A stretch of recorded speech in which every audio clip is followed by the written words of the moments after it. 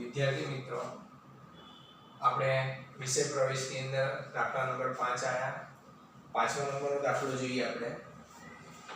મહેતાને પંડ્યા કરતા 4 ગણો, એટલે હિસ્સો વહેંચવાની વાત કરે. જ્યારે આવો શબ્દ આવે ત્યારે પહેલા તમારે બધા ભાગીદાર લખી દેવાના. ભાગીદાર અને નામ લખી દેવાના. મહેતા, પંડ્યા અને વાજપેયી. અને તમારે દરેકને આની અંદર મેન આધાર, પહેલો આધાર કોના ઉપર છે એને એક ધારવાનો. વાંચી આપણે. મહેતાને પંડ્યા કરતા 4 ગણો. અહીંયા આપણે ભાગની વાત કરીએ છીએ. મહેતાને પંડ્યા કરતા 4 ગણા આપવાના, એટલે પંડ્યાને અહીંયા આધાર આપ્યો, અહીંયા આને એક ધારો. મહેતાને પંડ્યા કરતા 4 ગણો, એટલે આને 4 વડે ગુણો એટલે આવો જવાબ આવે.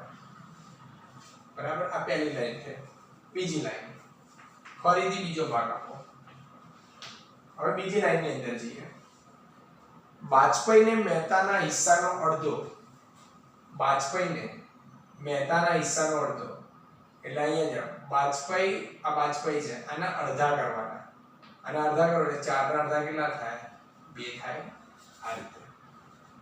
એટલે વાજપેયીને મહેતાના હિસ્સાનો અડધો ભાગ, તો 4 ના અડધા 2 થયા. હવે આપણે એને નફા નુકસાનના પ્રમાણમાં લખી દઈએ. નાનું પ્રમાણ 4:1:2. 4 ને 5 ને 2 કેટલા થયા? 7. આ એની સમજૂતી થઈ. હવે એ લોકોએ આપણને નફો આપ્યો છે. પેઢીના વર્ષનો અંતિનો નફો છે. પેઢીના અંતે નફો 87,500. બીજી શું સૂચના આપી છે આપણને? એની અંદર દરેક ભાગીદારને મળતી રકમ, હમણાં જે દાખલા નંબર 4 માં શોધ્યું, દરેક ભાગીદારને મળતી રકમ. તો શું કરવાનું? પહેલું નામ લખવાનું મહેતાનું, પછી લખવાનું પંડ્યાનું, અને ત્રીજું લખવાનું વાજપેયીનું. બધામાં કોમન જ છે. 87,500 કોમન છે. 87,500, 87,500, 87,500. હવે તમને જે પ્રમાણ આપ્યું છે લખી કાઢો. ઉપર 4, પછી અહીંયા 1 અને અહીંયા 2. એટલે બધાનું ટોટલ બધાના છેદમાં સરખા 4, 5 ને 2 7 થાય. 7 અને 7. હવે કેલ્ક્યુલેટરમાં 87,500 ગુણ્યા 4 ભાગ્યા 7 કરો એટલે તમારે આપણામાં એનો જવાબ મળશે. ટોટલ આવશે 50,000. કેવી રીતે? એકનો જવાબ 12,500 આવે. બીજા અહીંયા રહેશે 12,500 ના 12,500 ને અહીંયા થશે 25,000. આ રીતે. એટલે જોઈ લેવાનું, બધામાં રકમ સરખી, પ્રમાણ ઉપરનું લખીને છેદમાં બધામાં ટોટલ કરી દેવાના. એટલે પહેલાને 50, બીજાને 12,500 ને ત્રીજાને 25,000 મળે છે. દાખલા નંબર 6 જોઈએ. હવે 6 ની અંદર આપણા માટે મહત્વની વસ્તુ છે. અહીંયા ભૂલ સુધારવી પડે એવો શબ્દ છે. એટલે આપણે આ દાખલાને ભૂલ સુધારણા વાળું પણ કહેવાય. ભૂલ સુધારણા. ભૂલ સુધારણા એટલે આમનું બને. આમનું પ્રમાણે ચાલવાનું. પહેલા રકમ વાંચીએ. શીલા, સુરભી અને સંકેતની ભાગીદારી પેઢી 1,35,000 નો નફો 3:2:3 ના પ્રમાણમાં વહેંચવાને બદલે, એટલે આને જેવો દાખલો થયો. ભાઈ 1,35,000 તમને નફો આપ્યો છે. 3:2:3 ના પ્રમાણમાં વહેંચવાને બદલે ભૂલથી, ભૂલ શબ્દ આવ્યો, ભૂલ આવે એટલે આપણે ભૂલ થાય. જ્યારે પણ ભૂલ શબ્દ આવે એટલે ત્યારે તમારે આની અંદર બનાવી દેવાની. હું અહીંયા લખી દઈએ. શેની ગણતરીની વાત ચાલે છે? નફાની ગણતરી છે. નફાની ગણતરી. તો પહેલા આપણે ભાગીદાર અહીંયા લખી દઈએ. વિગત. ત્રણેય ભાગીદારના નામ. શીલા, સુરભી, તો શીલા, સુરભી, અને ત્રીજું નામ છે આપણા જોડે સંકેત.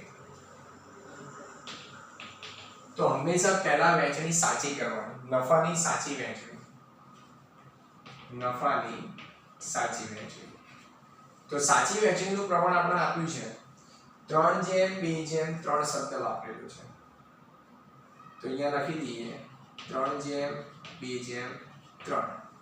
તો તમને એ ખબર જોઈએ પેઢીનો નફો 1,35,000 છે. તો દરેક વસ્તુ વેચવાની 1,35,000 ને કેવી રીતે અહીંયા જોતા જાઓ 1,35,000 ગુણ્યા 3/8 કરવાના 3/8 એટલે તમને પહેલો જવાબ મળશે 50,625. બીજો જવાબ તમને મળશે 33,750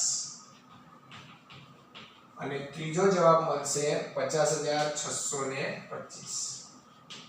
આ તમારી સાચી વહેંચણી છે. તો અહીંયા ખોટી વહેંચણી. તો ખોટી વહેંચણીનું પ્રમાણ આપણા રકમમાં આપેલું છે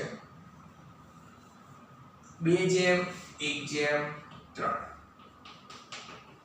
તો 2:1:3 એટલે કેટલા થાય 3 ને 3 6. તો હવે 1,35,000 ને લેવાના. તો અહીંયા આવશે 45,000. ત્યાર પછી આવશે 22,500 અને ત્રીજો આવશે 67,500. હવે આપણા માટે બહુ મહત્વની વસ્તુ છે. હવે અહીંયા જે શોધવાનું છે એક પ્રકારનું તફાવત કહેવાય. સાચી માહિતી પ્લસ થાય અને ખોટી માહિતી શું થાય માઈનસ થાય. આ યાદ રાખવાનું. તો અહીંથી આપણા માટે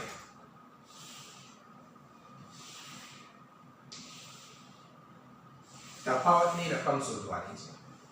તો 50,000 માંથી 50,625 માંથી 45,000 બાદ થાય એટલે જવાબ આવશે 5,625. એ પણ પ્લસ 33 માંથી આવે એ પણ પ્લસ આવશે.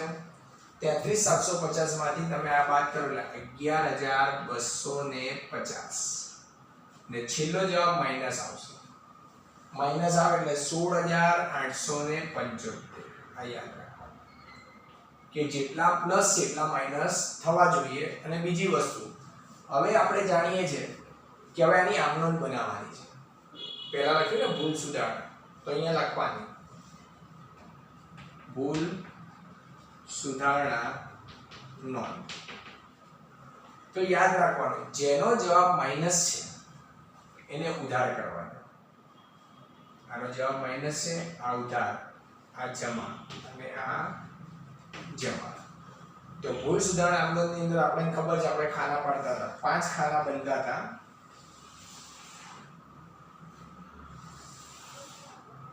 પહેલું તારીખ, વિગત, ખાપા, ઉધાર અને જમા.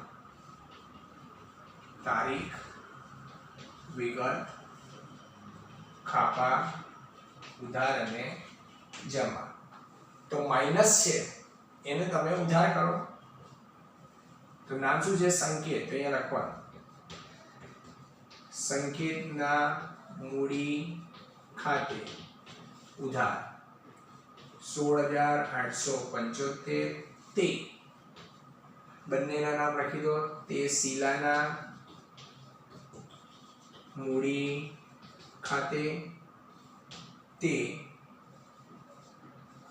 સુરભીના મૂડી ખાતે 5625 અને 11,250. પછી આપણે એક શબ્દ લખતા હતા બાજે. લખવાનું નફા નુકસાન ફાળવણીનું પ્રમાણ. નફા નુકસાનની ફાળવણી ખોટી થઈ